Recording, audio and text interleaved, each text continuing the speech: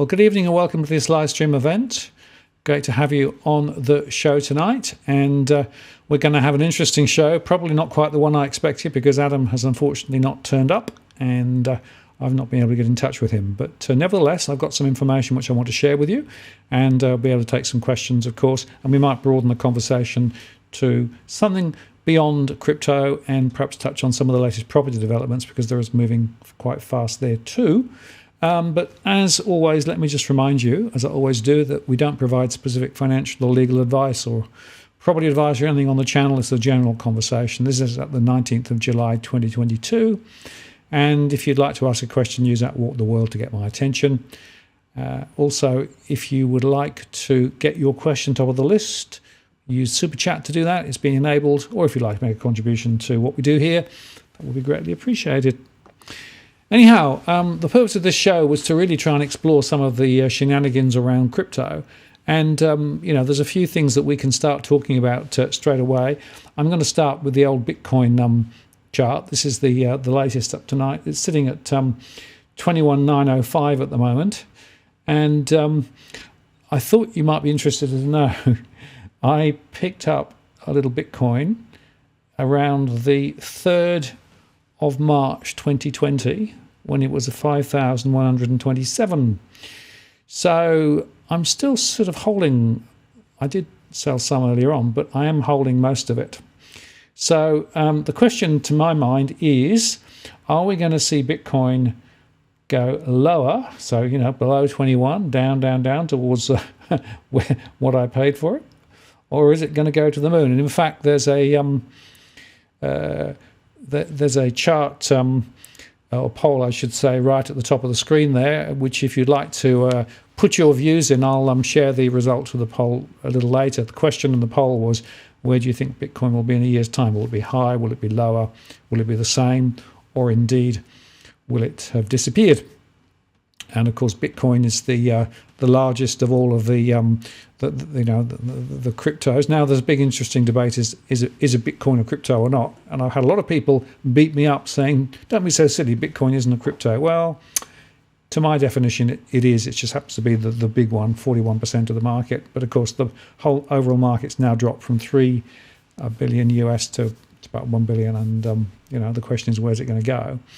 And of course, the other factor to bear in mind here is we've seen now considerable disruption, particularly in some of the distributed financial solutions that are around there. And of course, the one that I mentioned the other day in a separate show was the Celsius liquidation. So the Celsius network was basically a bankruptcy. And it's, of course, that's a protective bankruptcy, so it's not necessarily gone away completely. But it does I read through the filing, and it's quite a long and detailed one. And there's a few observations which I'll make in a second.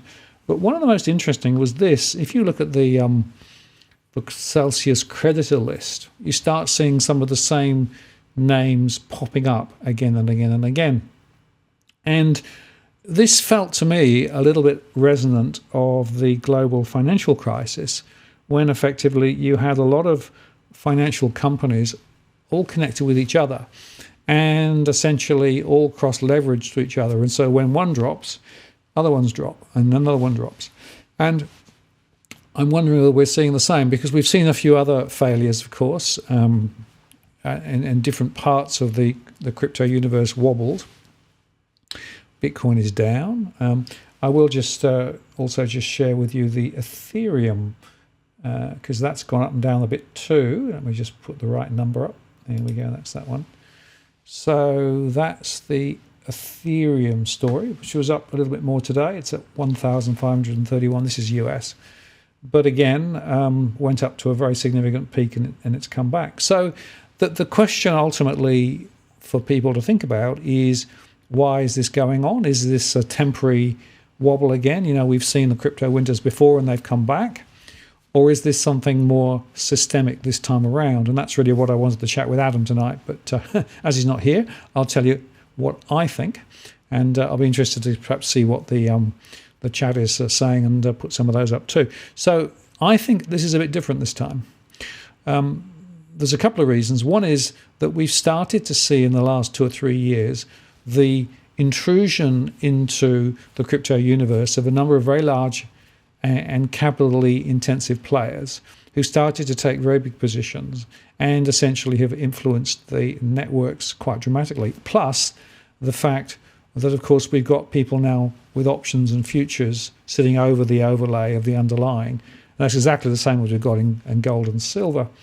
And those things then create the same dynamics as we've had in the big, grown-up markets, as I call them. And what I think we're seeing now is effectively the crypto market starting to behave in a much more similar way to the main financial markets.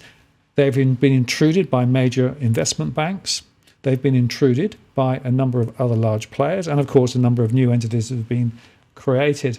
If I think of this one, for example, Coinbase Global, launched just in May last year with a lot of fanfare, it's hit 340, and then it went up to 360, and now it's down sitting at 58. And there are some interesting discussion points about whether this is likely to hang around or whether it's not going to hang around. Well, who knows?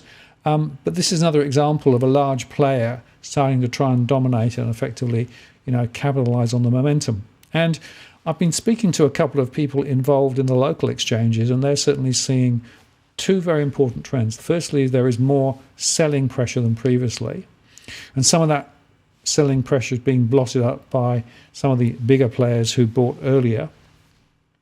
The second is now there's definitely a bit of a run to the exit. So this is basically a very interesting, critical inflection point. Are we going to see a run to the exit and the dissipation of particularly some of the other coins that perhaps never really should have been in existence to start with? I mean, 20,000 seems quite a lot of coins to me. But then, of course, the question is, well, how does that play to Bitcoin? Does that give Bitcoin more market share? And the numbers would suggest that it could be expanding in terms of the proportion of the market that it actually dominates.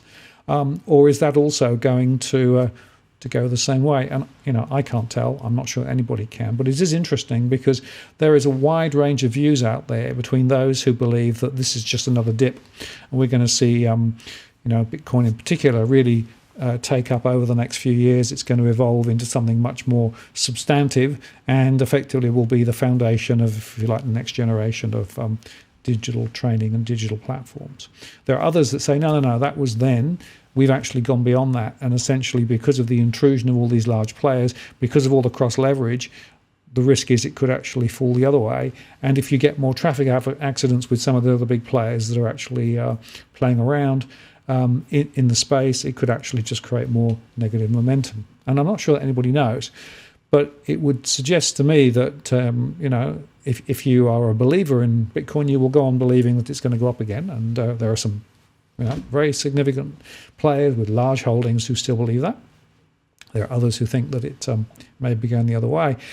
But then the other overlay, and this is again something I wanted to touch on with Adam, was the central bank digital currency debate, because the other thing that we're seeing now is the development of central bank digital currencies. I mean, there's initiatives in the US, the UK, Australia, and other countries too, and they're all talking very seriously now about central bank digital currencies being deployed and relatively quickly. And even in Australia, the original idea was that it was going to be a commercial central bank digital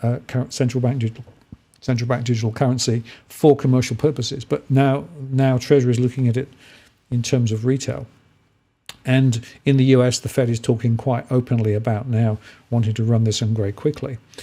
And there's some interesting thinking going on about what this means, because essentially you could argue that they could be picking it based on the downward movement in crypto over recent times, and essentially saying, well, crypto didn't work, but it never would because it was decentralized and it was uncontrolled. What you need is something with a bit more control. And so the central bank digital currency story is one about control, particularly in a high inflation or a low interest rate environment, because effectively central banks then can create effectively a central bank digital currency, give you an account at the central bank, and then they can put money into that account for specific purposes, or they can make it so that the value of the currency changes over time. There's a bunch of things they can do which they can't do with physical. So that's sort of the first angle. And the second angle is, and we've seen this from the Bank for International Settlements, and also we've seen it from the United Nations as well, and a couple of other entities too, that are talking about, well, maybe there's an opportunity to connect central bank digital currencies so that effectively they can trade across different geographies. Now, that sounds to me like the very foundational discussions that could take us towards a sort of more global currency, which now a more global currency under the auspices of the UN or the OECD or whoever you want, a digital currency controlled by central banks. How comfortable are you with that? Is I guess the question I've got. And is that the tussle that we're going to see between the devolved, decentralized crypto universe and the alternative? I'm not sure. But that is how I see it at the moment. And given the fact that central banks really have stuffed up inflation management quite significantly for the last little while, doesn't necessarily suggest to me that they're going to do anything better with this particular initiative too. So we're in the situation, I think, where you could argue that existing currencies and existing central bank controls aren't working very well. The digital world and the crypto world is pretty wobbly at the moment too. And so the question is, how does it all play out? Don't know. It's going to be very interesting. But it seems to me that there's a level of uncertainty in pretty much everywhere that I look. And I guess, that means that there's no certainties about the future of crypto.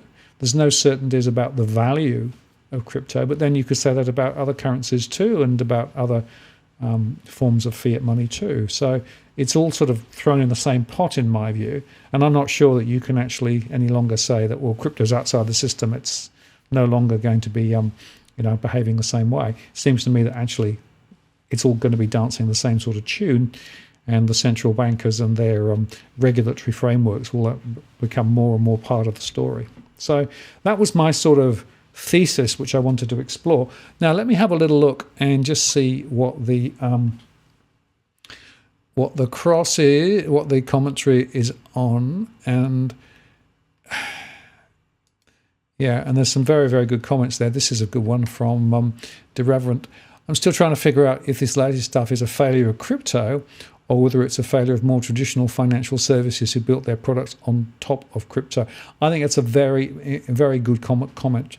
And my own view, for what it's worth, is I think it's more of the latter than the former. I actually think the underlying philosophical sort of thought around Bitcoin was actually really interesting and potentially very, very fascinating. But it's been intruded upon by the traditional financial services players and their hangers-on, and they've done precisely the same that they've done in other markets. Maybe they couldn't help themselves to make a buck. And of course, the investment bankers have made a lot of money out of all of this. A lot of those new entities that were created, well, people made money on the way in as well. And of course, it was all being driven essentially by the uprise and the enthusiasm in crypto. What I'd also say is that a lot of research has shown that some of the people who were pulled into crypto, particularly some of those later investors, some of the smaller individual players, were those who were less able to afford to lose money. And in fact, in the US, there were surveys done to show that there were particular socioeconomic groups that were less advantaged in many ways. They were piling into crypto because they actually believed that it was actually a way of enhancing their wealth. They couldn't get into the housing market. It was impossible, etc., etc. So to my mind, I think that's a really important observation about what is the root cause. But, like it or not, what we've actually done is we've created now a set of circumstances where the traditional thinking of the traditional financial markets have now intruded, and of course there's no regulation. This is the other factor. So that's why, of course, many people are now saying, well, we should be regulating cryptos, etc. Well, except that, of course, the original philosophy was no real regulation was necessary because, of course, it's all decentralized, devolved, and the ledgers are actually immutable. So I think that is pretty important to say. I will just say hi to Smooth as well. No worry about being late. You weren't the latest. Unfortunately, Adam Stokes was even later. He hasn't yet appeared. So I'm really just sharing some thoughts that I've got about what I think, and looking at some of the comments in the chat. And if there are specific questions you'd like to pose or points you'd like to make, feel free. There'll be plenty of time to make. Mr. Brindle asks, what are your thoughts about investing in cryptos versus silver and gold? Yeah, it's a very good question. And, what we might do is we might have a little look at where gold is. Well, gold at the moment, just get rid of that. Whoops. Get rid of that. Gold at the moment is sitting at 1712. This is US dollars. And interestingly, if you go back, you can see that really... since April 2020, it was 1710. Now it's back at 1710, so it's been up and it's come down. And there's a lot of interesting debate about whether, in fact, gold is behaving the way that a protective currency in terms of inflation should be. And if you look at silver, well, silver's actually a bit the same again. You can see that it's 1880 at the moment. And if you go back earlier on, well, it was lower back in 2017. And you can see there that the previous peak in 2016 for silver was just over 2063. And so it's actually below that. So again, neither of these two particular commodities have, in my mind, behaved the way that you would expect those commodities to have behaved if they were hedges against inflation, because inflation is now booming. Now, if you talk to, say, the likes of Harry Dent, Harry will say, well, gold and silver are actually not very good hedges of inflation at all. And in fact, his view is that gold will go further down. Maybe not. Of course, there are people who say, well, I don't really care about that. What I care about is I've got something physical that I can hold on to. So if you've got physical gold or silver, that's good. If you've got a certificate that says your silver or gold is somewhere and you've not got it, that may not be quite so good, actually, given some of the things we know about what's going on. But, you have to say that as a form of hedge against inflation and as an investment that makes a return, doesn't actually do well. And of course, in a high inflation environment, the truth of the matter is that actually you get no returns from gold other than the capital movement. And what's interesting, of course, if you talk to someone like Harry Dent again, he'll say, well, actually, it's US Treasuries. That's where you should now be, because effectively we've seen the run up, and that means that the value there is now probably locked in. Difficulty in Australia, of course, is the exchange rate can knock that all over, so it's not necessarily that clear. So to my mind, there are some similarities between effectively silver and gold and crypto. None of them, in my mind, actually necessarily are actually dead certs when it comes to investments. Now, over the longer term, maybe. But then the question is, where do you think crypto will go in 5 years, or where do you think gold and silver will go in 5 years? Difficult to say from those charts, isn't it? So that's my thought on that one.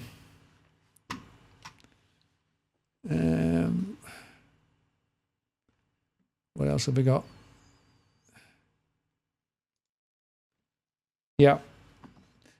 We'll put some of the posts, we'll put up some of Cookie's property price drops and discuss those in a little while, and see what we can explore on those. Should be quite fun. But let's have a look. AI says Bitcoin is old technology. If you want to invest in old technology, good luck to you. That's a very good point, of course. Some of the other technologies claimed to be somehow better or newer or faster or whatever, except, of course, a lot of those have now not necessarily performed. And I guess the other interesting point, did you see that Celsius Network, for example, was basically offering returns of 18% to people who threw the money in and they threw it on. So there is a very high rate of return for some people, but you've got to ask the question, as I keep asking, is that a signal of high risk? The fact that you can get those significant returns, because on the whole, risk and returns are somewhat related, and if those risks are so high, then are those risks explained sufficiently to the investors who actually put their money into some of these cryptos? Particularly some of the newer ones, by the way. And the answer is no. I think a lot of people didn't know what they were getting into. I don't think they necessarily read the small print.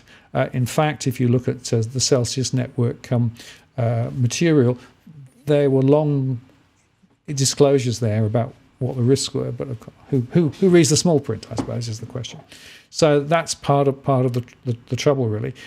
So the underlying technology, Ether and those things definitely potentially have more opportunity, possibly, but nevertheless, the question I got to ask is what is the real story here in terms of the future? And I come back to my point about central bank digital currencies, which could well be on Ether or some other platform. If they really start taking off and being imposed, what does that do to the crypto sector? Does that squeeze it effectively? Ultimately, does it fall apart, or does it morph into something else? Or, I guess that's part of the uncertainty that we're seeing at the moment. Now, there's quite a few people there talking about other coins. People saying I got out then. Polygon, there you go. There's plenty of other ones.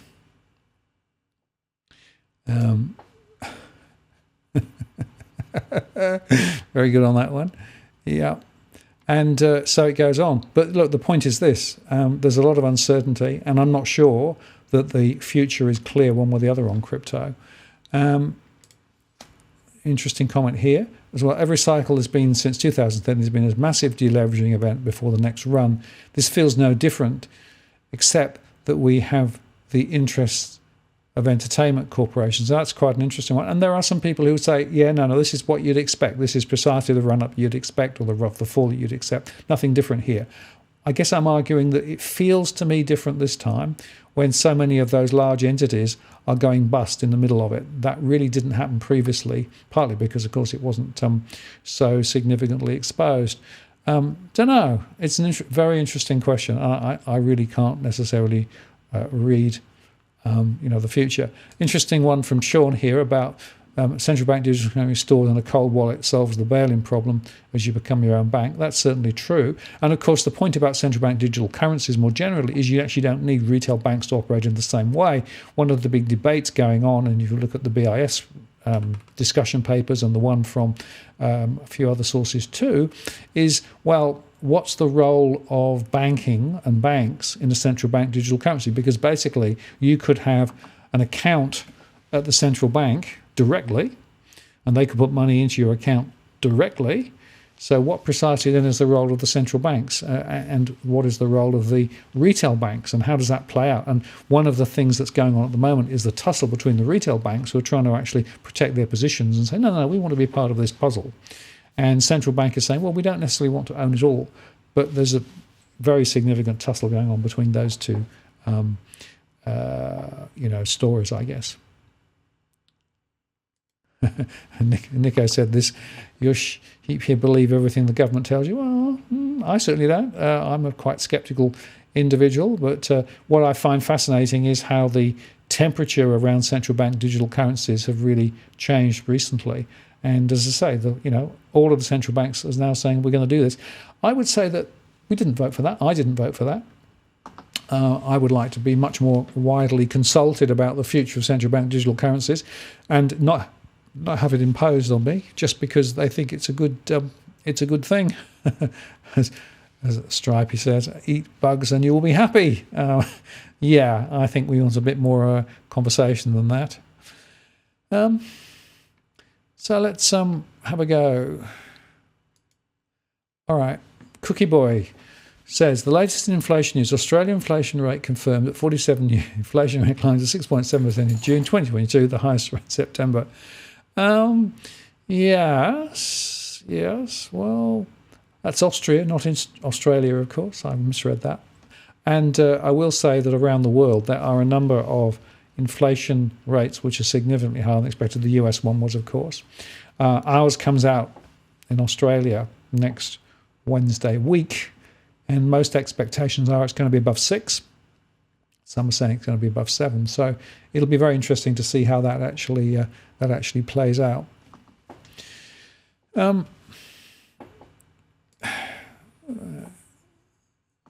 one from Nathaniel. Central banks are such a stupid idea. Can't believe they think it's good. It's greed in sheep's clothing. It's control in sheep's clothing, actually, Nathaniel, I think. The point is this, that central banks don't feel that they have got the levers they need to control the economy. I mean, look at what they've done with quantitative easing and quantitative tightening and their interest rate levers. They're struggling now to control inflation. And, we're going to see interest rates rising. ANZ today said another 0.5% times 4 till the end of the year to lift rates by another at least 2% in Australia. So central banks are struggling to find the tool set. And there's been a number of papers written to say, well, if you gave central banks central bank digital currency and the ability to be able to actually control the currency more directly through central bank digital currencies, that gives them more tools in their toolkit. So to my mind, it's not just greed, it's actually about centralised control, which I personally have a big problem with. I don't think we should be going into that sphere of influence. I don't think central banks have proved that they've got a significantly positive influence on the way the economy works. I want to turn them down rather than turn them up to 11 and say, yeah, sure, give us central bank digital currencies too. And by the way, that leads immediately to universal basic income and those things, because basically what they can do is they can put a little bit of money into your account at the central bank. They can also determine how you spend it, where you spend it, and force you to spend it, because what they can also do is to say, well, what we'll do is we'll tick down the value of that over time. So if you spend it within the month, it's 100, but if you leave it later, it'll be 90 and then 80 and 70, etc. So they can literally get to the point where they can engineer people and force them to sell and spend rather than actually just hold currencies, because one of the big things that they're wrestling with at the moment is all of the money that people are holding in terms of savings. And if you look at the savings ratios and if you look at the amount of cash in the system that's not in the system because people are holding it outside the system, that's a problem for central bankers. So they do see central bank digital currency as potentially a lever to drop the controls even more widely and effectively try and engineer. Now, I don't want technocrats running the show, and I definitely don't want central bankers to run the show, and yet that's what some people are claiming they want. So that's where the control question really, in my mind, comes in. Interesting one from Kieran. Do you think the RBA is going to push a 1% rate hike next meeting? I think it's probably unlikely that they will do 1%. Some people are saying 75% is certainly possible. I wouldn't be surprised if they do 50-50, to be honest. They are still behind the 8 ball. They haven't really woken up to the fact that they've got an issue at the moment. And in fact, there was a speech given today by one of the deputy governor about the fact that households were fine. There weren't nothing to see here. Households were fine. So, there's nothing to see.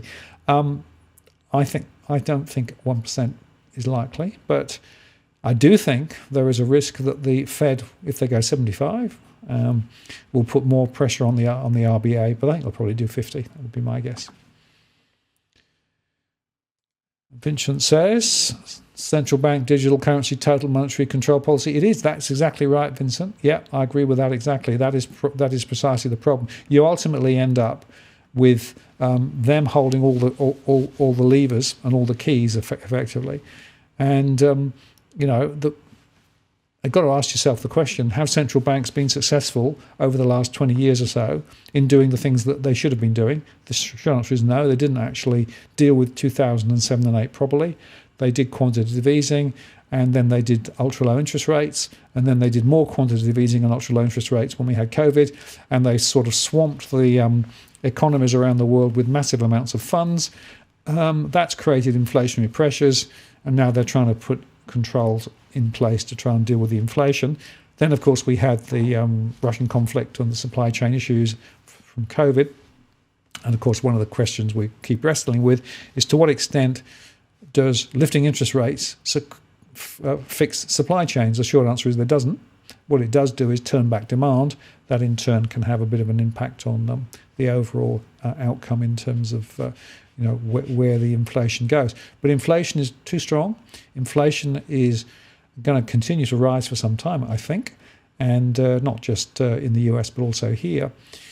And hence, I think that they're looking for additional tools, and central bank digital currency, that looks a pretty attractive tool. Well, why wouldn't you?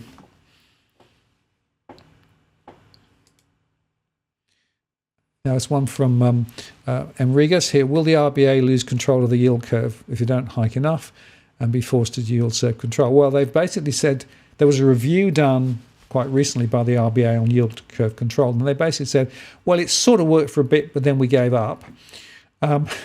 The review that was done in the US, which was a more thorough review by the Fed, one of the Feds in the US, basically said didn't really work other than on a very narrow basis. And the conclusion from the Reserve Bank is they'd probably be unlikely to use yield curve control again. They would probably use some other levers to deal with it, particularly, of course, quantitative easing and bonds, bond issuance, etc., etc. I think there's a significant possibility that we will see more QE later. I think we'll probably see rates come down again later as they try to deal with the recessionary fallout of the very high rates that they're going to impose in trying to deal with inflation. And I'd make the point, going back to crypto, that this sort of chain of uncertainty with high rates, low rates, is not good for the crypto as well, because effectively it's going to put a lot of pressure on other sectors of the economy, including crypto, in my mind as well.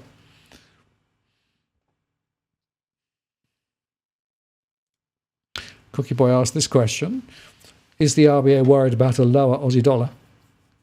I think they are, as it would mean more inflation. Well, of course, yes, as the dollar comes down, you import more inflation. So if you think of the cost of oil, as it's translated into local dollars, then that is actually going to put more upward pressure. So there is certainly a concern.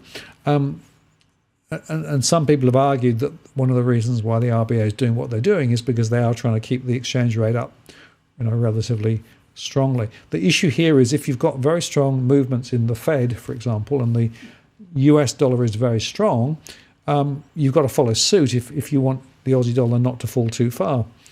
And there are some people suggesting it could fall as low as 50 or even 40. I'm not sure it's going to go that far, but it certainly could be a bit of a problem. But if it did, the inflationary fallout of that would be pretty dramatic, and also would have a pretty bad effect on our exports as well, which is something else that people need to take account of. So have a drink, excuse me.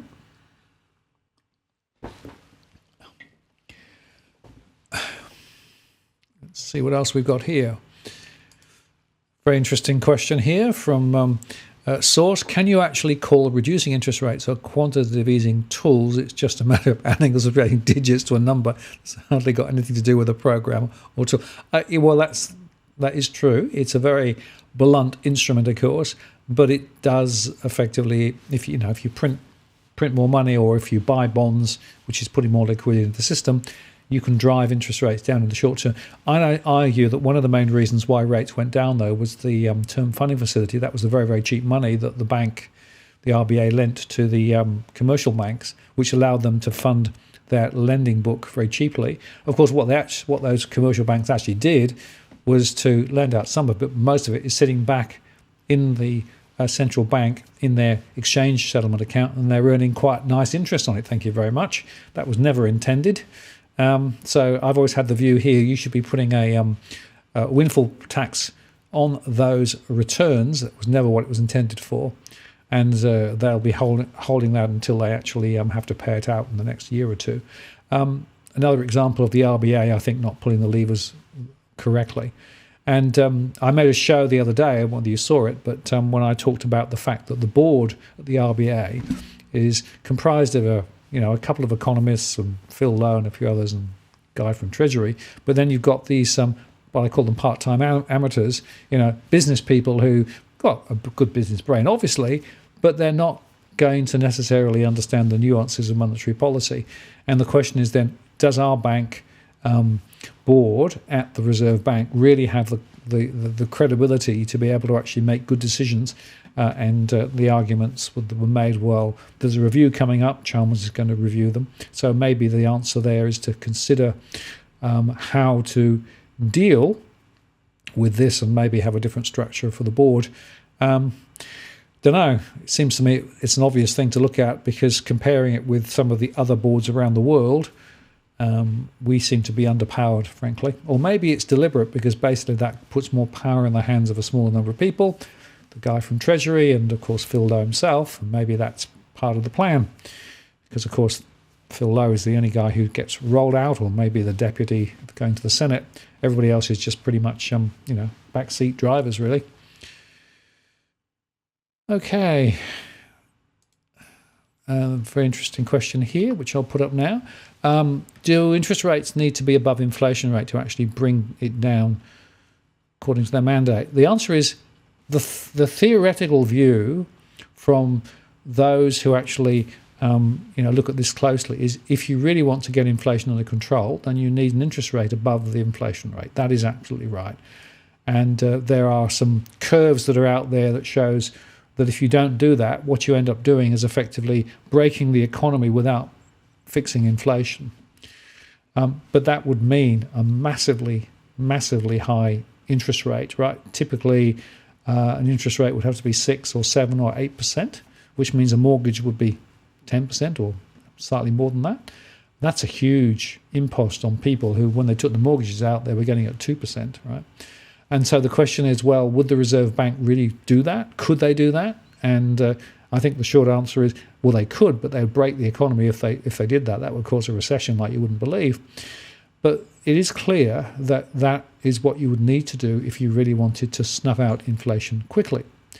And, of course, the Reserve Bank is still arguing that the inflation is temporary, right? It's something which will dissipate on its own. And it's partly a trick of numbers, right? Because basically it's the rate of change of inflation. So if, inflation goes up, and that goes up for a period of time, if then you don't get any further increases, it goes sideways and then it comes down again, the actual inflation rate drops away. The problem is that you're on a high plateau, because what that basically means is you're still paying a lot more than you were. So you could be in the situation where the inflation rate, the headline inflation rates come down, maybe even 2 to 3%, which is what they want. But the amount you're actually paying as householders and businesses is still very high because those costs have gone up and stayed up. So in a way, even targeting the inflation rate has its flaws in terms of trying to actually understand how to actually control the economy. I have a big problem with it personally, but that's something. But again, around the world, everybody does it like that. But it's a bit of an artificial construct. And of course, if you look in New Zealand, where they've been at it longer, there the inflation rate is still pretty high. We're seeing home prices slide, and we're seeing other things, working quite negatively. And yet, the Adrian Orr, the governor in New Zealand, is talking about putting rates up even higher. More rates in the US, of course, and even in the UK, they're talking about putting up again. So we'll see.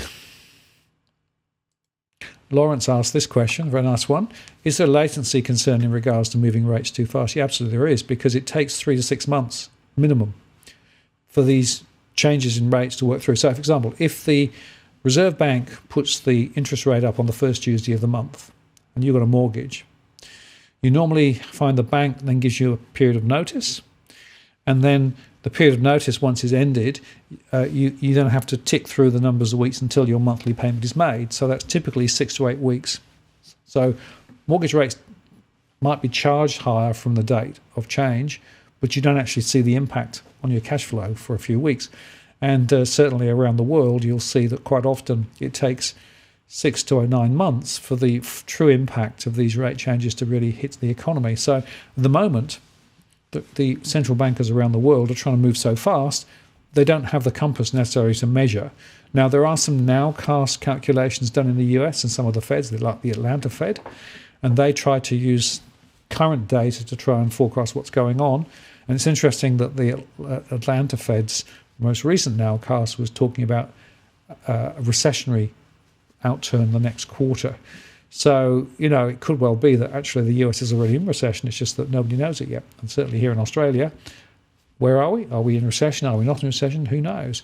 And of course, here in Australia, we've been protected by very high prices for our exports, particularly liquid natural gas and iron ore and those sorts of things, and coal to an extent.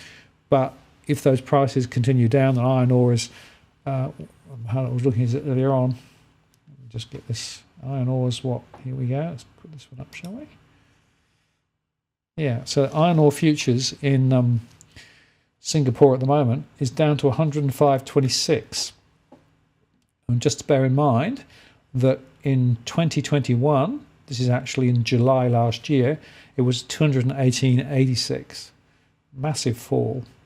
And, that means that essentially there is a significant question in my mind about whether we will see those high returns coming back to us. And that means that our terms of trade could go quite negative too. So, yeah, the short answer is no, there's not enough time. I'd make another point. The RBA keeps using customer survey data, household survey data from Hilda. And the Hilda data is close to 3 years old. So that was before COVID. That was before the last run-up in home prices. And that was before the most recent falls in income growth. So the Hilda data is way out of date, and yet that's what they rely on when they actually come to talk about all of the things that are going on when it comes to the question of household finances. So it is quite interesting that they've got lagged data. And they also cherry pick, of course, because they use securitized data pools as well, and those securitized mortgages are not necessarily the same as all of the ones in the marketplace. Now, this is an interesting one here. Last year, the government sold me blocks of land at 1k per square metre. Now the government wants 1.8 per square metre in the same suburb. Basically, now they want nearly 900k per block compared with 450k. Building costs up 30%. Any thoughts? Yes, the short answer is, and thanks for the super chat, by the way, the short answer is this is a classic problem that we're seeing again and again and again, that essentially the cost of building, the cost of land, all of those things are significantly higher. I did a show the other week about the fact that many households who signed up to get a home loan package ended up with not getting what they expected because the building costs are about 30% to 40% higher. The duration of the build is blown out by about 30% or 40%, and many builders have gone bust. This is not sustainable. And unfortunately, a lot of it's being driven by that underlying price of land. Just bear in mind, of course, that there's a lot of fees attached to developments too. And one of the things that Edwin quite often says is that, if you really wanted to deal with some of those costs, what you do is actually reduce some of the council-related costs, because to actually go into the construction mode is hugely expensive. Stamp duty doesn't really, cut the mustard in terms of dealing with it. So yeah, there's a lot of big issues there. Another point I'd make is that building failures are running through the roof. We know that there are a number of other builders that are really struggling at the moment. And the question is, what will happen if you've contracted with one builder who then goes bad? Do you have sufficient insurance and indemnity to be able to complete the construction cycle? And interestingly, I was talking to someone today who's gone through that, whose price of land is now down again. So what they bought at when they actually signed up and what the land is now valued at today, it's dropped by about $200,000, which means they've got the worst of all possible worlds. So yeah, it's a real mess. Very much. Okay, let's just see what else we've got. Okay, Cookie Boy says, property prices at the top end of town seeing big price falls, I think. Will it filter through to the low end? It will, yes. So it tends to trickle down from the top and essentially work its way down through the rest of it later. It's true, very true in my mind, that essentially what we will see a considerable number of falls. It's actually quite widespread, and Cookie Boy's put a few of these up. I might just put one or two up here, and maybe we can talk about them. Let me see whether this works. Can I do this? Yeah. So this is one at Hamlin Terrace, New South Wales. It was 990,000 now on the 13th of July. It was guided at 1.2 million on the 20th of May. I want to highlight here, they quote the gross rental yield. Of course, the gross rental yield isn't that useful. The net rental yield, which is after the costs and everything else. Mr. Stokes has just arrived. Hang on a moment. Just 1 second. I'm here. I apologise. It's been pandemonium at this end, Martin. I apologise to you and the audience. Completely my fault and a little bit of IT, but we'll go from there. I thought I'd watch you present the whole show, though, and I'd come in the last 10 minutes and save the day. Adam, it's good to see you. Thank you very much. I was just about to switch on and talk about property prices because I'd pretty much done my dash when it came to the crypto. I think I did. I held my end up quite well. You did really well, and I can testify to that because as my computer was doing its thing, I was listening to you, and I actually nearly turned on the camera on my phone to talk to you via the phone. I thought, no, I can do better than this. So 15,000 resets later, here I am. Adam, well, thank you very much, and it's good to see you on. So, look, I guess there were three questions I wanted to explore with you tonight. And by the way, congratulations for getting your YouTube channel back on YouTube, right? Thank you very much. It was very stressful. Yeah, we should just explain to everybody that you got basically chopped by YouTube for nearly 2 weeks. They still haven't given you a reason, right? That's right. Automatically deleted. I woke up one morning with a barrage of emails and messages saying your channel's been deleted. I said, oh, no, it can't be. I've never even had a strike. I've never had a warning. And sure enough, I went to check my channel. It said it was an automated response saying your channel has been deleted for repeat or severe violations. Again, having never had a strike or anything gone wrong, I wrote to them. It's all very automated, noting that they've got tens of millions of presenters or channel hosts out there. I heard nothing for 15 days, and then eventually I said, can I have a point of contact in Australia to commence legal action? 9 hours later, the channel was reinstated. So I have no idea, Martin. Well, it's good that you got back, and you still got the community that you had on your channel, which is good too. So, question one for you, Adam. A number of people in the chat and previously said Bitcoin and crypto are not the same. Discuss. Yes, okay. It's true and it's untrue. So most certainly, believe it or not, there are only, in fact, 3 cryptocurrencies. They are Bitcoin, Litecoin, and arguably Ethereum. And because we're talking purist talk here, so at its essence, Bitcoin stands alone and there's no other coin like it. Why is Bitcoin alone? Because you can't sue Bitcoin. There's no company, well, obviously there's a founder, but there's no founder that we can refer to other than a pseudonym of Satoshi Nakamoto. All these other coins, the reality is that, Martin, currently there's 20,158 currencies that I'm looking at the moment. Of those 20,000, to make it easy, of those 20,000 currencies, 19,950 will absolutely collapse, no doubt whatsoever. Bitcoin stands alone. Bitcoin stands alone because it's not because it was first, it's because it's been around the longest. It's completely immutable. It's completely open source. It's completely incensorable. It's completely inclusive of everyone. And like the internet, how do you shut down the internet? Now, you might say, I'll shut down a server, but there's multiple servers on the internet. You might say the same with Bitcoin. You say, well, I'll shut down a node. It doesn't matter. There's thousands of them. You might say, well, I'll shut down a mining farm in China, and that's a good example. You cannot shut it down. It cannot be stopped, whether you like it or not. You can hate Bitcoin as much as you want. You can hate the internet as much as you want. It cannot be stopped, short of a nuclear holocaust that wipes out everyone and everything. Comparative to all the cryptocurrencies out there, they are more centralized by nature. They have a board of directors. They have people that we know. They have somewhere where the police or governments or authorities can crack down on them. XRP might be an example. XRP or Ripple, Ripple's a company, XRP is the token. That is going through the SEC at the moment, and it's being attacked saying, well, you're a security, we're not a security, we are a security. You can't do that with Bitcoin. It cannot be stopped. So the argument that I did here at the beginning of this video is there's Bitcoin and there's everything else. And that is absolutely fundamentally true. But when you talk about the semantics, what is a cryptocurrency? Well, technically, Bitcoin, Litecoin, and Ethereum, but under the umbrella of all cryptos, you could say, yeah, they're all crypto. You could even, I'll actually do a translation to this, Martin. What is money? Now, some people will say money is only what government issues. You would say money has to be a store of value, a medium of exchange, and a unit of account. Well, if you talk to a kid, they will say a Pokemon card can be money, or shells, or beads, or jelly beans. Money is whatever the people determine it to be. And when we go to government sort of structures, they say, well, no, only the dollar, or whichever country we're in, only that's really money. The rest is just smoke and mirrors.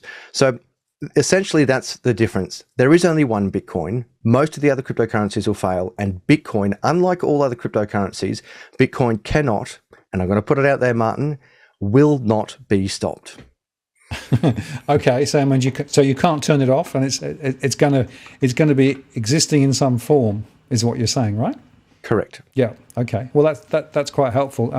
I guess the second question then is, in the last month or two, right? Not only have prices come down, but we've seen the collapse of a number of major entities, right? The Celsius network was the last one that went into bankruptcy, right? And one of the things that I observed, and I'll just again put this back up because I thought it was quite an interesting comment. These names here, right? The people who were actually the creditors of Celsius, they are cross-leveraged to each other like you wouldn't believe. Because if I looked at the previous bankruptcies and the previous disclosures, it's the same people, right? Absolutely. It's sorry to butt in, but your research is right on the money. It is an absolute repeat of what the traditional financial sector has done. Now, you might be saying, well, the crypto markets are corrupted by the traditional financiers, and I would agree with you entirely. Crypto in its essence is pure, but where it's been corrupted is the Wall Street boys in the olden day financial systems and manipulations. They have come into crypto, and they've had a quick play with it. They've made a quick buck out of it, and they've broken it very quickly. So allow me to give you this analogy or example. The traditional financial system has developed, let's say, over the last 200 years. So breaking into some type of note that is putting gold into a vault and writing a note against it, then evolving into the delinking of gold and fiat, that being what fiat that we've got now. In 1971, we delinked it. Then we've got derivatives markets, equities markets, futures markets, all these different markets that essentially have taken around, let's say, 200 years to evolve. Now, crypto will go through all of that evolution, but in 200 months. So this is what's happening. What's happening is the traditional olden day, prehistoric and corrupt financial systems that have got us to where we are at the moment, which is the collapse of fiat, hyperinflation throughout the world, a money that is backed by bombs and bullets instead of mathematics in the free market, that is coming to an end. All fiats collapse. No matter who you are, what flag you fly, what language you speak, all fiats collapse. And the US dollar is about to collapse. It's happening right now. Now, crypto has gone through that entire financial experiment, if you will, that history. Instead of in 200 years, it's happening in 200 months. And my friend, what I see that's happening is we're going to have Bitcoin catching up to what the traditional financial markets have done, and Celsius is a sound example of exactly what you just said, of what we're saying here, where Celsius, they cross-leveraged all these arguably dirty players or immoral players. They cross-leveraged with each other, and they made a quick buck using everyone else's money. And what have we got? We've got the 2008 global financial crisis within crypto, but in a smaller economy. Well, guess what? Now we're moving on beyond that. And the antithesis to all of this, Martin, it goes back to Bitcoin. And it goes back to your first question. Why are we using centralized bodies that can corrupt these financial systems? So I'm the first to put my hand up and say, we do not need Celsius. We do not need 19,500 cryptocurrencies that will collapse. But I'm concurrently a believer in the free market. If you want to put your money in a centralized body that can corrupt your money, break it, steal it, do whatever they've done with it, as we can see with the banking sector, with fiat, with Celsius, that's actually your choice to do that. Now, what I'm doing on my channel and through my education, I'm saying, don't trust people. Don't trust me if you don't want to. Don't trust you. Don't trust the banks. Don't trust the governments. And I don't mean this in a rise up and be violent way. I'm saying put your trust in an open, immutable mathematical code. And that mathematical code is Bitcoin. Now, if you look at all the pullbacks in the markets, Bitcoin's not hurting. Now, you might say it's hurting. You might say, well, hang on, Adam, it was 60,000. We're talking US dollars. It was 60,000 and now it's 20,000. Well, I'm still up hundreds of thousands of percent from a few years ago. So sure, I'm down 2/3 from 18 months ago, but I'm up hundreds of thousands of percent from 10 years ago. So am I really up or am I really down? Now, what I see, and I think I heard you say this as I was trying to reset my computer here, I think that you're going to see this recover much quicker than what we've seen in the past. We certainly did couple with the markets. We coupled with the traditional markets, but it's smoke and mirrors. It's not actually a true coupling. What I believe will happen, not financial advice, just my opinion, and what my data shows, is that you're going to have a very quick decoupling. Just as they coupled, so you had Bitcoin standing alone, it then married up with the traditional financial markets because the Wall Street boys and the old systems, they corrupted it and they made a big buck. But now they're going to decouple again. They're going to decouple very quickly, and they are going to recover, in my opinion, much faster than the traditional financial markets. Why? Because crypto never sleeps, and more importantly, it's all inclusive of everyone. Banks, you have to have the right paperwork, you have to have shoes, and I'm not being facetious with that. Many banks won't let you into their branches without shoes. Bitcoin doesn't care about paperwork or shoes. Bitcoin allows anyone with an internet connection to be part of this financial system, and that's currently about 4.78 billion people on planet Earth that have access to an internet connection and 1 cent. If you wanted to be part of a bank, well, there's not that many people that have papers to get into a bank. And believe it or not, there's not enough. There's some people, or a huge majority, a huge portion of people in the world that don't have enough money to open a bank account. Then if we go into trading, if you want to trade in the equities market, as an example, traditionally or typically you need $500 to buy in and out, plus the $30 fees. Well, in crypto, you need 1 cent, and the fee is almost nothing. So just as I'm speaking very quickly to try and catch up with everything that I've missed tonight, the markets themselves are moving so quickly, the technology is moving quickly, and crypto isn't getting weaker. Don't focus on the price. Focus on the evolution. Focus on the adoption. Focus on the use cases. Focus on what the institutions and the governments and the individuals are doing. Then when you see that and you contrast it with what fiat is doing, you can see that the price doesn't matter. The price at the moment is just smoke and mirrors.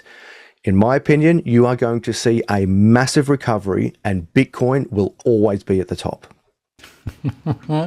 Yeah, I knew you were going to be positive towards Bitcoin, and I understand why. I got 2 questions for you. The first one from Kieran, who asked a little while ago, is why is Bitcoin priced in dollars?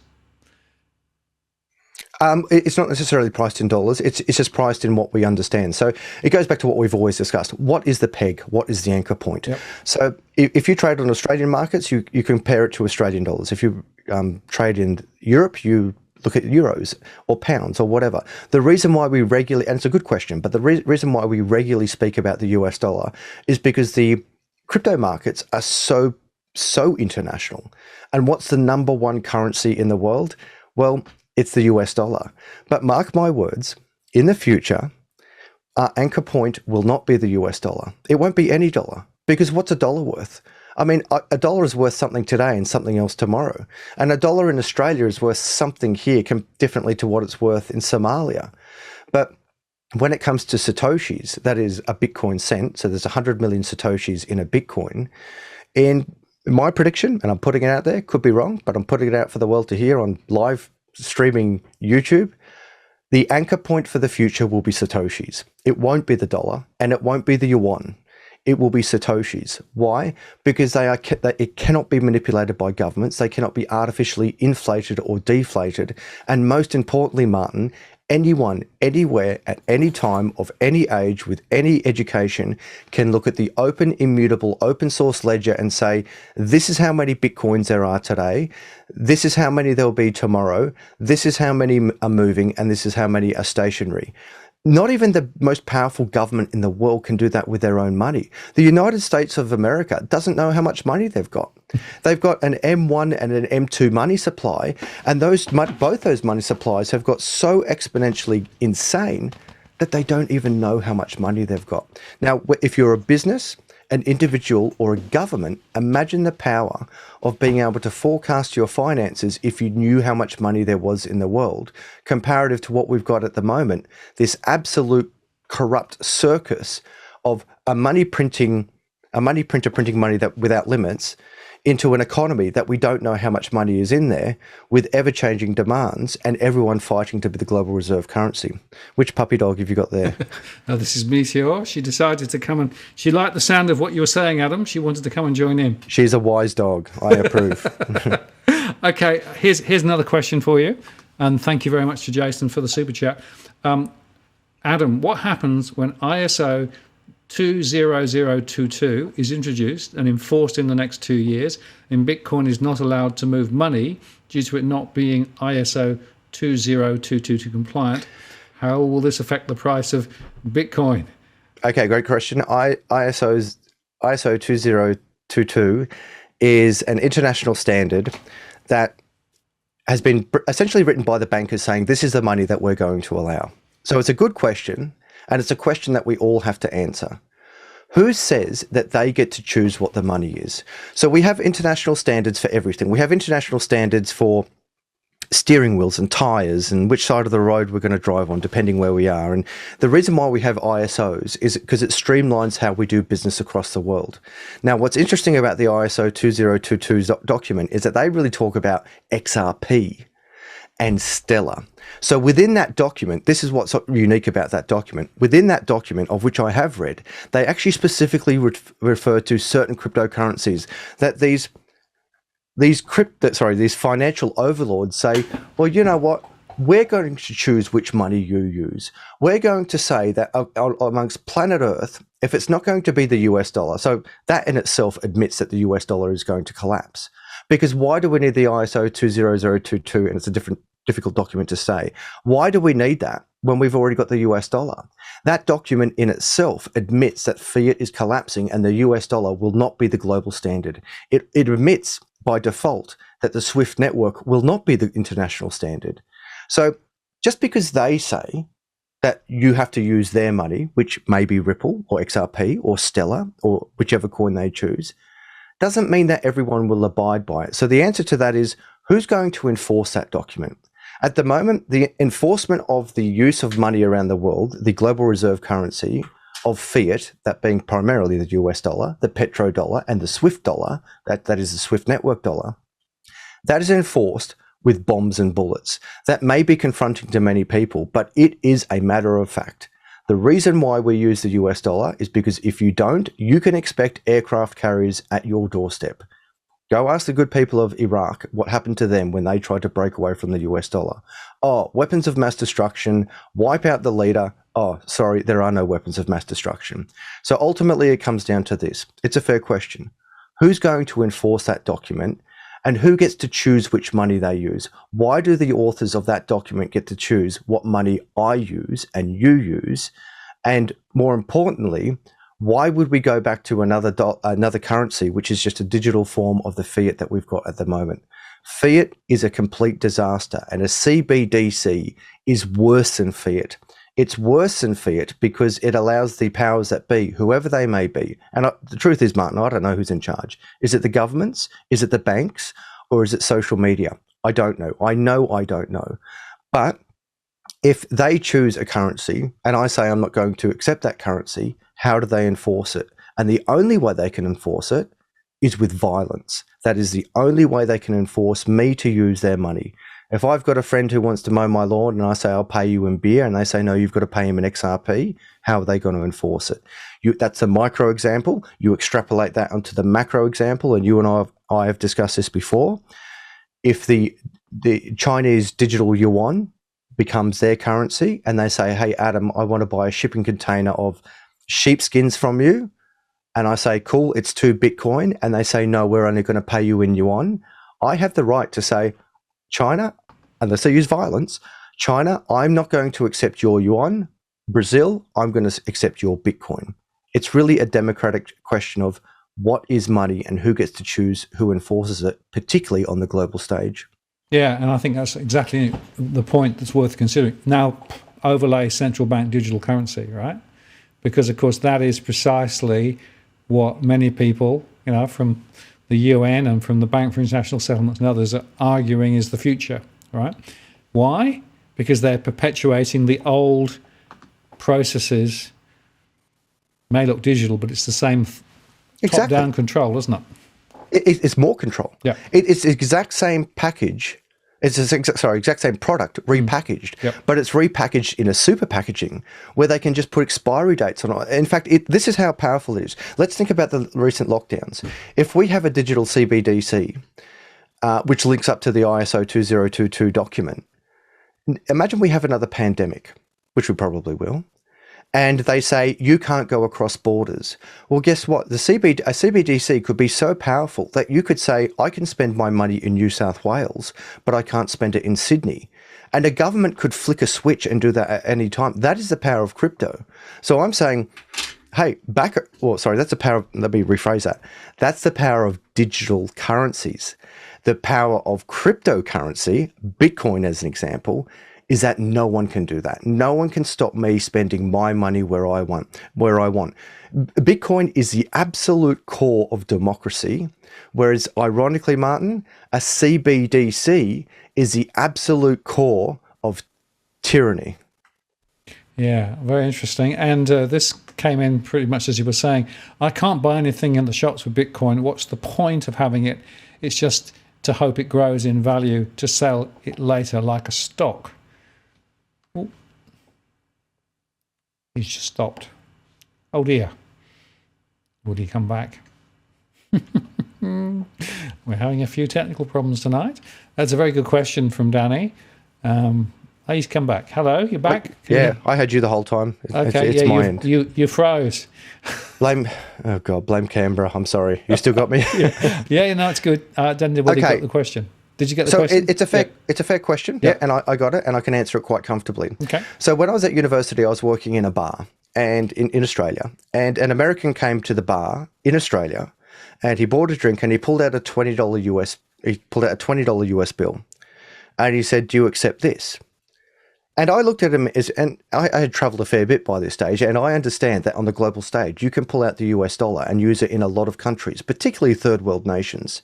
Now, this good American was immensely offended that I wouldn't accept his US dollar in an Australian bar. So in that micro example, you might say, well, what's the point of the US dollar if I can't spend it anywhere? Now, really think about that. What's the point of the US dollar if I'm in Australia if I can't spend it anywhere in Australia? Just because my bar in Australia didn't accept that dollar didn't mean it didn't have value. More importantly, it didn't mean that it couldn't be converted. So that US dollar was and is the global reserve currency that he could not use anywhere in Australia, but it still had value. Now, in the future, and it's already happening, there are multiple places that do accept Bitcoin, but there are multiple places that don't. Just as there are multiple places around the world that do and don't accept the Australian or US dollar. We have to understand that we are now a global village. We are an international community, and we are looking for one currency. Now, conversions can happen very quickly in the background. So you might say, well, I go down to Woolworths, I want to buy a loaf of bread, and they won't accept Bitcoin. Well, if you've got a credit card from, as an example, the product already exists from CRO, crypto.com, you can have Bitcoin on your credit card. You can go to Woolworths and buy a loaf of bread, and it will automatically and instantly do the conversion for almost free, where I could use Bitcoin to buy a loaf of bread in any country on planet Earth. And that's a key thing there. So we already have a global reserve currency, the US dollar, but it keeps printing. And we can already use that global reserve currency anywhere in the world through a credit card. When I travel internationally, I already use a credit card.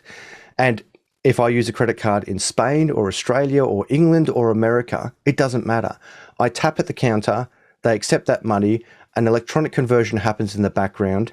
15 banks along the way take a cut of it. They determine the exchange rate. They take the commissions. They take the fees. And it's actually a very slow and cumbersome system in the background because there's so many middlemen. Well, we can have the same model, but instead of having 10 middlemen with 10 different banks doing 10 different conversions and taking 10 different fees, why not just have Bitcoin?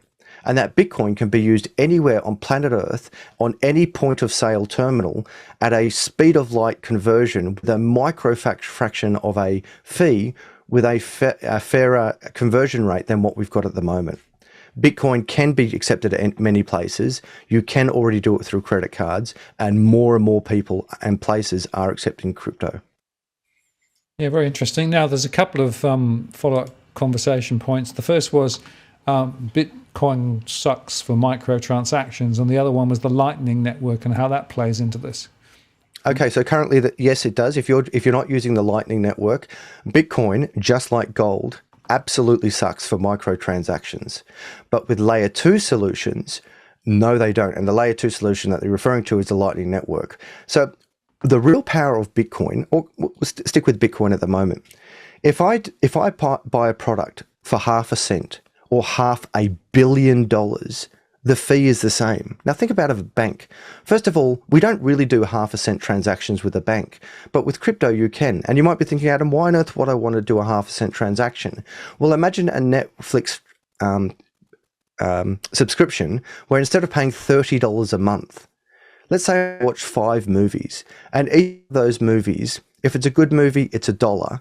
I could do that transfer immediately. But if it's a really crap old movie, I could do a transfer for half a cent. It could be an article. It could be something I read. It could be a temporary membership into something where I just want to trial it. The future of money is in fact not big transactions, but micro transactions. Why? Because it'll include the second and third world into the global economy, where we can have these fractions, a hundredth, a millionth of a cent transaction. Now imagine you're a business and you say, well, why would I make a product that only gives me half a cent or 10,000ths of a cent? Imagine a world of Instagram as an example, where if you want to look at a photo from someone on Instagram, you only have to pay 1/10 of a cent to look at a photo. Now, for you and me, I don't know about you, but I don't really care about 1/10 of a cent. But if I'm an Instagram creator, and I'm only using Instagram as an example here, imagine I've got a platform where instead of getting 5 million hits and getting nothing in return, I get 5 million times 1/10 of a cent. Now, open that to everyone in the world, the 4.7 billion people with an internet connection. It creates huge amounts of commerce and opportunity for both the customer and the provider. The provider can make a business that enables pretty much the whole world to be part of it. And the customer doesn't have to join up in this old subscription model of me being forced to pay $30 a month when I'm only using 3 or 4 movies, as an example, using the Netflix. Now, when it comes to the layer 2 solutions, think of gold. How do I do a microtransaction in gold? Well, what we do is we actually put a banknote against it. So think of a big block of gold. Think of an ounce of gold. What's an ounce of gold trading for at the moment? About 3,000 Australian dollars. If I wanted to do a $1 transaction with gold, that's arguably a microtransaction. But how do I do that? Well, what we did is we wrote banknotes against it. We said, this 1 ounce of gold, for argument's sake, is worth 1,000 of these $1, or 3,000 of these $1 bills. And every time we'd give a $1 bill to someone, that is in fact a layer 2 microtransaction. Now, when we digitize that example, you don't need to worry about a $1 transaction or a 1 cent transaction. You can do a 1/1,000,000th of a cent transaction. And most importantly, Martin, unlike the failure of gold, where the goldsmiths were writing 10, 20, 100 banknotes against the one piece of gold because no one was ever cashing in their banknotes to get the gold back, because the blockchain, and Bitcoin in particular, is completely open source, the transaction is the verification. So we can not only have micro transactions that are very fast, but we can absolutely substantiate it where no third party can say, oh yeah, I'm writing 10 Bitcoin banknotes against this 1 Bitcoin, because no, with Bitcoin, everyone can see it and the transaction is the verification. Right. No, I understand it. Yeah. It's a fascinating subject, isn't it? Because again, what you've got to try and do is to sort of stand back and not impose the old traditional world on the new. You've got to actually look at it. Exactly. Yeah. That's exactly right. I don't know what that move is, but it's like you got a different perspective. You need a different perspective to be able to understand how it actually works. What we really need to consider, Martin, is that, and I really put this out to the viewers, I understand a lot of your viewers don't like me, and I get why you don't like me. You don't like me because you think I'm trying to shill Bitcoin. I don't care about Bitcoin. I care about democracy and freedom and truth and honesty. And that's why I love Bitcoin, because it's completely open, immutable, and all-inclusive, and you can't lie about it. Money you can lie about, the news you can lie about, everything you can lie about. We are constantly fed lies. Now, Bitcoin doesn't lie. How much is a Bitcoin worth? $21,000 US. Why? Because that's what the market says it's worth. How many Bitcoins are there? 21 million. How can I prove it? Because it's on an open, immutable, open source blockchain. It's not that I'm go Bitcoin because buy low, sell high. No, not at all. When you first come into crypto, that's what you think it is. You think, I'm going to buy Bitcoin low and I'm going to sell it high, because exactly as you said, Martin, we carry this paradigm of, well, that's what shares are. Bitcoin is not a share. Bitcoin is a global future payment system. It is not just a store of value or a medium of exchange or a unit of account.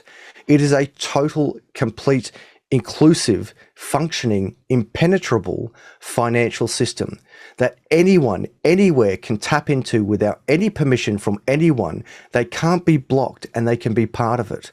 Now, for those of you who choose fiat, I personally think you're insane. I think you are absolutely insane. And this is coming from a guy with a degree in economics. I've served in uniform. I've been on operations. I've made a lot of money in crypto. I've made a lot of money in the traditional stock exchange. And concurrently, I've lost a lot of money in fiat, and I've lost a lot of money in crypto. Crypto is fair. Fiat is fake.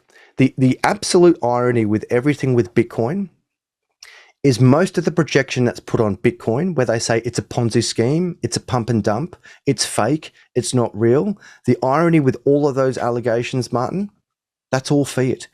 All of those allegations are the dollars that we use today. And I can prove it. I can prove that your money constantly goes down in value. I can prove that all fiats continually fail. And conversely, I can also prove that Bitcoin is always going up. And you say, well, again, going back to the example, you say, yeah, but it's down over the last 6 months. Don't worry about that. Look at where it started. Look at where it's going. Look at the adoption. Look at the supply. Look at the fundamentals of supply and demand. Look at the fundamentals of money. Look at the fundamentals of fiat. Bitcoin is not the scam. Fiat is the scam. And part of the reason most of the viewers out there are angry, they're not angry at me. They're angry that they've been lied to for the majority of their life. I was lied to. You were lied to. We are continue to be lied to. And the antithesis to all of it is Bitcoin. Yeah, absolutely. And a few people in the chat saying some very positive things, and others saying some very negative things. As always, Adam, was what you'd expect. So I'm not going to bother to put them up. But Vincent asked an interesting question, and he'd like to get your thoughts on the upcoming ETH code merge, and how's that going to affect Bitcoin? Okay, so he's talking about the Ethereum merge. So they're not competing with one another. So there's only one Bitcoin, and in the 2017 cycle, there's many competitors to Bitcoin. There was Bitcoin Cash, Bitcoin Gold, Bitcoin Black, Bitcoin Diamond. And why did Bitcoin win? Because, as I said at the beginning, there is no Bitcoin company. It's just a mathematical code. It's a completely inclusive mathematical code that just says these are the rules, who wants to play, and no one can mess with it. Bitcoin should be considered the gold of the crypto space. Ethereum is like the oil of the crypto space, or another way to look at it is Ethereum is like a supercomputer. Ethereum at the moment is not operating very efficiently, because if you want to do anything on Ethereum, on this global supercomputer, you have to pay gas fees. You might look at gas fees as like a transaction fee. So if I want to tap into the world's supercomputer, arguably Ethereum, and I want to do some type of transaction on that supercomputer, just like using a toll on a road, if I want to use that road, I have to pay a toll. And just like at certain peak periods, tolls can be dynamic. That is, if the road is really clogged, the toll might go up. And Ethereum's the same. If the Ethereum supercomputer is really clogged, the toll might go up. So some transactions I've done on Ethereum have cost me $500. And you say, well, why on earth would you pay $500 to do a transaction on Ethereum? You're crazy. Okay, well, let's go back in history. Why on earth would anyone ever pay $500 to make a telephone call? Well, when international telephone lines first were established, big businesses were paying $500 to make a call from England to London. I mean, go back to my childhood. I can remember calling grandma in England, and the call was like, it cost a fortune, because you had to tap into this phone network that was very unique and very niche, and it cost a lot of money to get into. So over time, we can see calling England, tapping into this phone line example, it costs hundreds of dollars to do. Now we transfer this over to the crypto networks. Currently using Ethereum at certain times, it can cost hundreds of dollars to tap into that network and use a transaction. but over time the fees come down. And part of those fees coming down, just as the phone networks went to digital, so networks now work on the internet, the same thing is kind of happening with Ethereum to the merge. It's now going from Ethereum as it is at the moment, which is proof of work, to Ethereum proof of stake, which is less energy intensive and more efficient. But the issue with Ethereum, Martin, and to the viewer out there, Vincent, I think you said it was, unlike Bitcoin, Ethereum has a lot of competitors. So will Ethereum be the supercomputer for the future? I don't know, because there are some very good competitors. Its number one competitor is arguably probably Cardano, and then you've got Solana, you've got Algorand, you've got Polkadot. There are all these competitors who want to be the supercomputer of the future, or the Ethereum or the digital oil of the future. But what Ethereum has over all the competitors is network effect. Most things are built on Ethereum. So currently the market, of which just crossed over $1 trillion today in crypto, 40% of that is allocated to Bitcoin. So $400 billion of the $1 trillion market is within Bitcoin alone.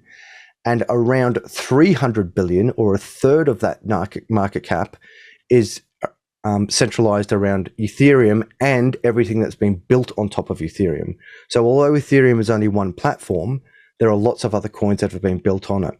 So when the Ethereum 2.0 comes out, the merge as they call it, or the consensus algorithm, they say that it's going to be far more efficient. But this is the issue. They've already admitted that the fees won't go down. So in my mind, the race for Ethereum 2.0 isn't in fact going from proof of work to proof of stake, or Ethereum going to the consensus algorithm, but rather who's going to get the fees down from $500 or even $50, sometimes it's $10, it's not always that expensive, sometimes it's $10, to 0.0001 cent. And that's what the competitors to Ethereum are doing. They're saying, we can do everything Ethereum does, but we can do it at 1/5000th of the cost. But if you don't have network effect, what does it matter? So just so I'm clear, I understand Bitcoin and the immutable ledgers because it's millions and millions of versions all over the place, right? Which means that it's immutable and outside the control. You talked about supercomputer for Ethereum. That sounds like something central to me. Not necessarily, because at the moment, in the first instance, when you've got a proof of work algorithm, you've got lots of different miners. The miners are the things that the media gives a lot of crap about. And they say, it uses so much energy. But by the way, Bitcoin doesn't use anywhere near as much energy as the gold industry. It doesn't use anywhere near as much energy as the banking industry. And guess what? It doesn't use anywhere near as much energy as tumble dryers, Martin. I never see any of the media going crazy saying tumble dryers are using so much energy that are destroying the world. But they're, of course, first to talk about Bitcoin using energy, which is far less than tumble dryers, and that's because tumble dryers aren't competing with banks, whereas Bitcoin will replace banks. So of course they have to say that it's bad. But to answer your question about the supercomputer, no, it's not centralized. Okay. It is a decentralized model where you have my computer, your computer, someone else's computer, all contributing to this immense computing power, this computational power with nodes all around the world on a blockchain that everyone can see and everyone can build upon to primarily build what we call smart contracts. Think of a dumb contract. A dumb contract might be a vending machine. I put $1 into a machine, I click that button and a can of Coke comes out. That's a dumb contract. A smart contract is basically a Coke machine on steroids. It can extrapolate way out to do way more things than a Coke machine could do. But the computational power, instead of coming from one building, it comes from the entire network. And who's on the network? Anyone. Not a bank, not a company, or a bank and a company and everyone. It's all inclusive. Okay, no, thanks for that. That's good to understand. As with all of these things, again, lots of comments in the chat, which I'm not going to put up, but a lot of people with different points of view. But this one came up, I think it's worth exploring just briefly. How can we trust any transaction on any of these crypto exchanges? So is trust important first? And if it is, how do we trust? We actually have to refine the question, because the question was, how do we trust the exchanges? And that's the key word there. That's the key noun, exchanges. What's an exchange? An exchange is a centralized body that's controlled by people. You might look at Celsius as an example. So how do we trust them? Well, I'd invert that and say, well, why do we trust banks? And we trust banks because they've always been there and they're the authority and they give us statements and the government endorses them and they've got all the money. So why do we trust banks? And you would just translate that to why do we trust exchanges? Now, initially when they're new, we don't trust banks because, I mean, just go back in history. I wasn't alive, you weren't alive, your grandparents weren't alive, but initially, I think about the trust of saying, why on earth would I put this block of gold into that person's bank or vault, and then they give me in return a piece of paper? They would say, you are insane. You are nuts. I'm not doing that. Well, over time, we built the trust in the banks. And over time, they broke the trust by delinking, well, either first they broke the trust by writing multiple notes against the same piece of gold, but later the trust was broken when the government, Nixon, in 71, delinked gold from money altogether. Yep. So as we evolve, we'll learn to trust exchanges. Now, exchanges are exactly that. I'm exchanging this for that. I'm exchanging my dirty, broken, corrupt fiat for the pure, decentralized Bitcoin. But remember, that's not the only way to get Bitcoin. I can mine Bitcoin or I can be paid in Bitcoin. So if you want private consulting from me, you pay me in Bitcoin or we don't do business.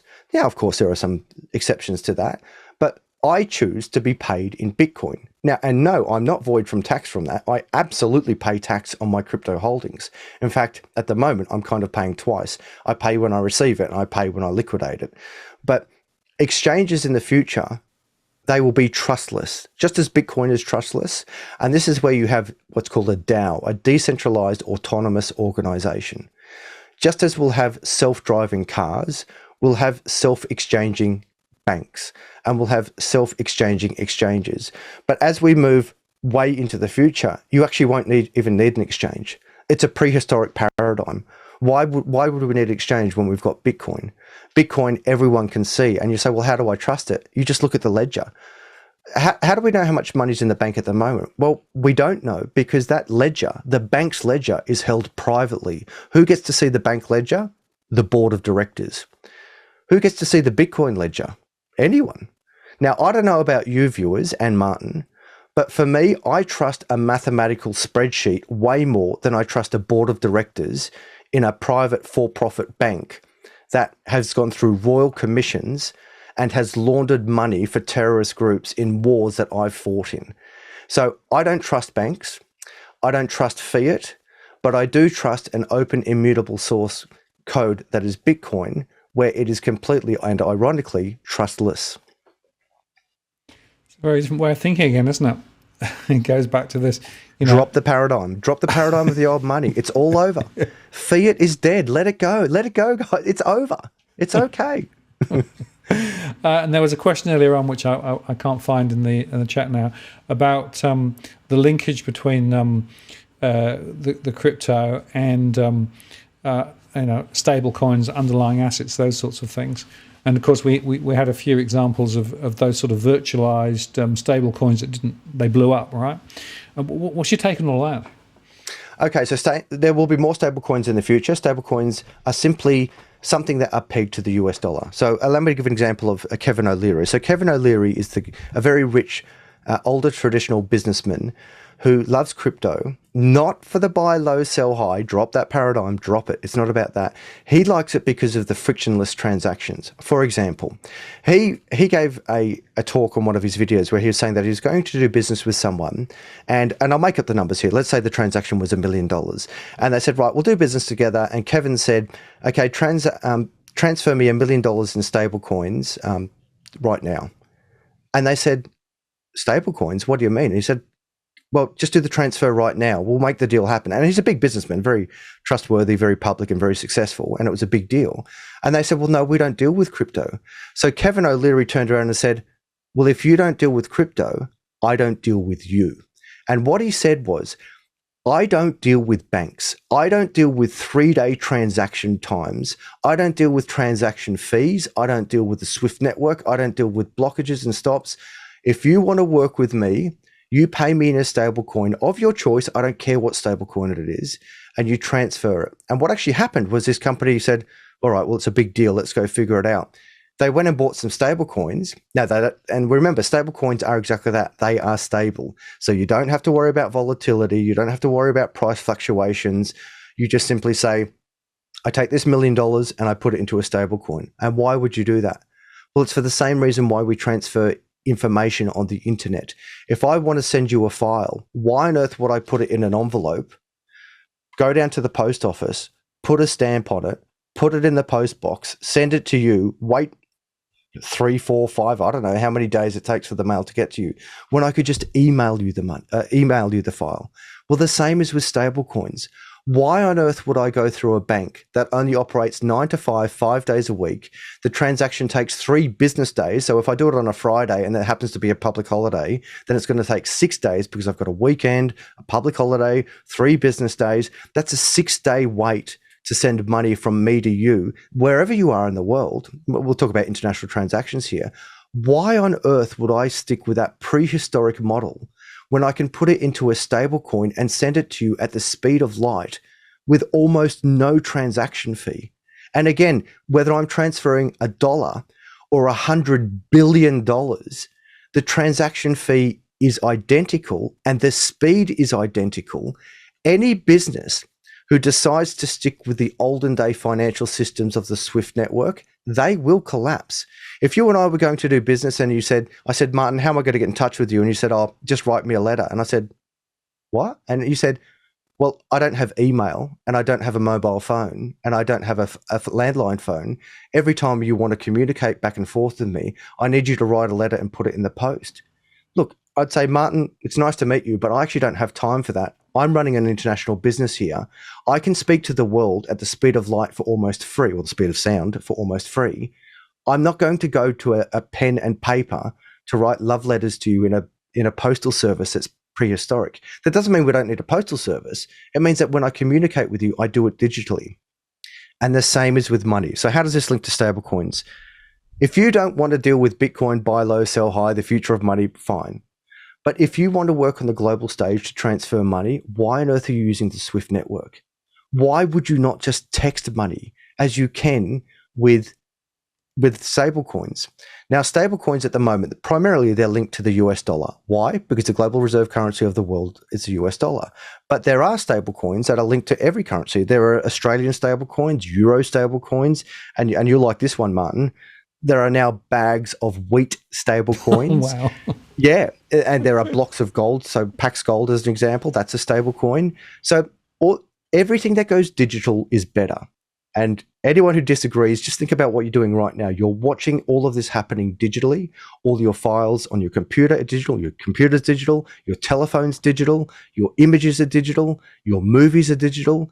Your sound, your music, is digital. Everything that goes digital is frictionless, or has less friction and less cost and moves faster.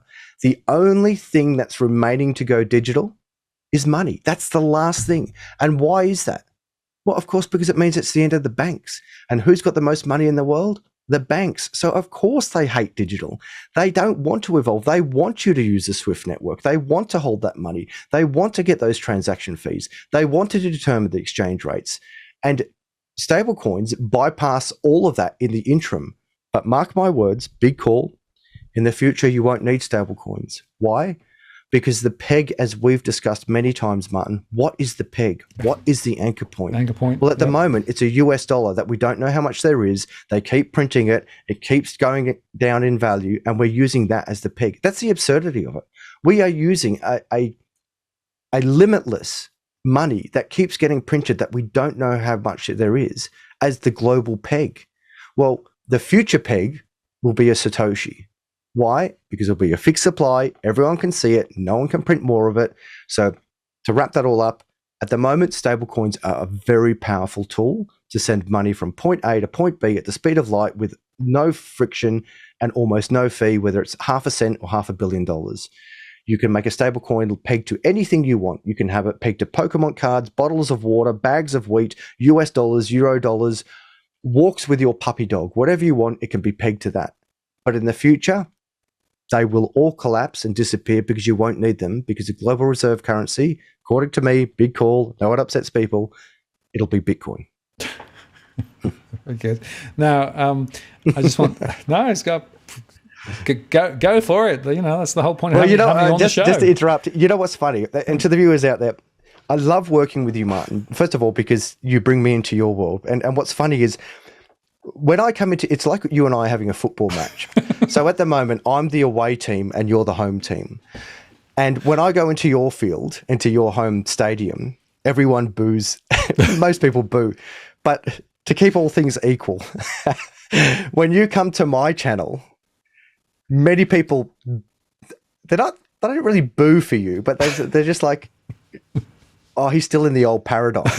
So, but you and I, as I guess good sportsmen, if you will, we're quite comfortable venturing into each other's fields. Absolutely, it's all in it's all about exploring the the dimensionality. I mean, that's what this is about, I think. Now there was a very interesting comment here. I just wanted to put this one up before we end. My concern is the existing disparity between the mega whales and everyone else. Despite its decentralized nature, a handful of people control the price of Bitcoin. Now, I think that's a very interesting observation. Don't know whether you'd agree with it, but clearly there are a few people with massive amounts of shares, of holdings, as it were, and effectively can call the shots. Yeah, it's a very good point, and it'll pass.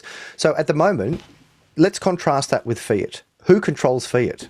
Well, a few people at the very top who make a lot of money, and there's no way we can get away around it. So I'll first point over the fence and say exactly what you've just described is fiat. You have some people at the top, the mega whales, the Wall Street boys, who have institutional money, who pretty much destroy the rest of us when they get the first offerings to an equities market, when they get control of printing money. You've got interest rates when you have inflation, the rich get richer and the poor get poorer and the middle class gets destroyed. And that's the system we've got at the moment. It's getting worse and worse and worse. Okay, so now let's go over to Bitcoin. Yes, absolutely. It's a fair point. There are whales at the top. They have a lot of money that can move the price. But I can easily answer the question. If the market cap of all of crypto at the moment is $1 trillion, it just crossed today. Now, in the past, it's been $2 trillion, but at the moment, it's $1 trillion. If I want to double that market cap, I only need $1 trillion to double that market cap. But when it gets to a quadrillion dollars, which is $1,000 trillion, there are very few people in the world, in fact, no one in the world, can come up with $1 quadrillion to manipulate the market. So when Bitcoin had a market cap of $100, you only needed $100 to double it. That was probably the most malleable market in the history of Bitcoin, of course. But those who were in those markets early are now the mega rich who have a different coloured Lamborghini for every day of the week because they got in early and they accumulated a lot of crypto. Now, the truth is, every year, Bitcoin becomes less and less volatile. Now, the irony of that is that people coming in and say, well, why would I get into Bitcoin? Because now I can't get 10 Lamborghinis like that person did 10 years ago. That's not what Bitcoin was made for. Bitcoin wasn't made to get 10 Lamborghinis by buying low and selling high. It's replacing a broken fiat system. A consequence, and a fortunate consequence of getting in these markets early was, hey, yeah, I've come into this. And the same with all business. Think of any ICO, IEO, IPO. You get in early, you take the risk, you put in the money, you get a share, and you make the biggest return. Look at any ICO or IPO in the history of successful businesses. Those who get in early get the biggest returns. Then as the markets mature, the Wall Street boys, as I've mentioned before, they come in and they play their game. They come in and say, oh, these are low cap markets. We can manipulate these markets and we can get some big wins quickly. And that's true. It absolutely happened. But the market cap is only $1 trillion now. Now, a few years ago, it was $500 million, and a few years before that, it was $100. But very shortly, these market caps will be $5 trillion, $10 trillion, $100 trillion, and then quadrillions of dollars, and at which stage the whales are extinct. The whales cannot play the games that they are playing anymore. Governments can't do it. Federal Reserves can't do it. Entities can't do it. Banks can't do it. No one can do it. Why? Because the market caps are too big. But at the moment, absolutely, whilst they're small, they are more malleable. As they get bigger, they become less volatile, and the whales will become extinct, and those whales will actually migrate to different markets to play their game again. It is a game, isn't it? Well, we're coming to the end of the show because, you came on late and we've run over quite a long way. I did put a poll up before we started. I just might share the results of the poll. So I did actually ask, Bitcoin was at 21,858 tonight. In 1 year from now, do you think it will be priced higher, lower, the same, or gone? 45% said higher, 37% said lower, 8% said the same, and 11% said gone. So in fact, there are more people who actually say it's gone higher. There you go. Well, it goes back to the anchor point. What are we comparing it to? So if Bitcoin does nothing, let's say Bitcoin does nothing, of course it's going to be higher. Why? Because what's it compared to? It's compared to a collapsing dollar. And you might say, well, I don't want to use it. It doesn't matter. Any dollar, any fiat, any euro, it doesn't matter. It's all fiat, it's all crap, it's all collapsing. So all Bitcoin has to do is nothing, and it's going to go up in value nominally. But I believe there's actually going to be a massive tipping point where if you listen to great economists, they talk about it happens very slowly, then it happens a bit quicker, and then suddenly there's a huge run on the banks. Yep. You look at Venezuela, Greece, Argentina, Cyprus, take your pick. It kind of builds up and then bang, there's a massive explosion and the banks shut the doors. Now, if you've got your money in fiat, first of all, and I'm not saying sell everything and buy Bitcoin. I'm not saying that. I'm saying I guarantee your money in fiat will be less worth next year than it is this year. In fact, I'll put it out on a live bet. I bet my house that your money will be worth less next year than this year if you keep it all in fiat, guaranteed. Now, contrasted to Bitcoin, the odds are better than that. The odds are way better than that. So here's the irony. The irony is, as humans, we're like, oh no, I'm far more comfortable keeping my money or my value and my time and my energy in a value that's guaranteed to be worth less next year than this year. That's what we've got at the moment. We're all playing this game as like, oh, yeah, we'll keep it in dollars, even though we know for a fact it's going down. Now with Bitcoin, I cannot and will not guarantee that it will be worth more next year, but I know it's got a way better chance of being worth more next year than fiat does, because fiat's guaranteed to go down. So why not just put $1 in? Just put $1 in and see what happens. Yeah. Get in the game. Well, I mean, you mentioned, I did hear you at the beginning of this video that you bought in 2020, did you say? Yeah, around 5,000, yeah. All right, so you're up, 400%? That sounds terrible, Martin. I know. Look, are there any other... Now, again, I'm now coming back to it being a speculative asset. So remember, it's not just a speculative asset. Honestly, tell the viewers, is there any other asset out there that gave you 300 or 400% in 2 years? No, but then I didn't sell. Well, I did sell some actually, but so when it got to 60 something, I thought that's enough to know that it's worth actually, crystallizing some of that, because I wasn't sure it was going to continue. So, but I've still got some that I bought 5,000 and it's now 21,000. So I'm still 4 times up. My friend, you don't want to sell it. I'll tell you what. I don't intend to. Well, just think of it. Sorry to interrupt. Start to look at it as digital property. Now, again, this is a difficult paradigm. It's taken me 5 years doing this full time to get to this point. 5 years full time, and that's on top of a master's of business, a bachelor of management, and a bachelor of economics. That's on top of that, and 20 years of trading and writing a book on trading. It's taken me 5 years to get to this point in Bitcoin. If I gave you a downtown building in Manhattan, would you sell that asset to gain the profits of the capital growth of that building, or would you borrow against it? Well, you'd borrow against it, because if you sold it, first of all, you lose the asset. Second of all, you lose any appreciation that would happen in the future. But third of all, you're going to pay tax on that sale. So what do the rich do? You don't sell it, you borrow against it. Now, this is a future concept, but people are already doing it. They don't sell their Bitcoin. They borrow against it. Just as you borrow against your house, you borrow against a downtown Manhattan building, you borrow against these appreciating assets. So you keep the asset, it continues to go up, and you don't pay tax on it. No, I understand that. And I should explain the reason I bought it was because I wanted to understand, and I thought the only way to understand this stuff was to actually get my hands slightly dirty, right? So I didn't buy a lot, but enough to know how it works and wallets and those sorts of things, right? Because the only way you can't, I don't think you can look at this from the outside in. I actually think the only way is to actually get your hands dirty and see how it actually behaves. So that's why I did it. And I'm glad you did that, because it's like playing. I was actually coaching someone recently, and I was talking about soccer, and they said they really like soccer, and I said, "Do you play soccer?" And they said, "Yeah." And I said, "Isn't the game different when you're playing it to when you're watching it?" And they said, "Yeah, heaps different." And I said, "Well, it's the same with trading, but here's the difference. When I trade in the equities markets, I need a $500 buy-in, but when I trade crypto, I need 1 cent." And so that's what I say to everyone coming in. Look, hate it, but just put in a cent, not even $1, 1 cent. And if you put in 1 cent, you've got skin in the game, and you can start to feel it. You're like, oh, I see what's happening here.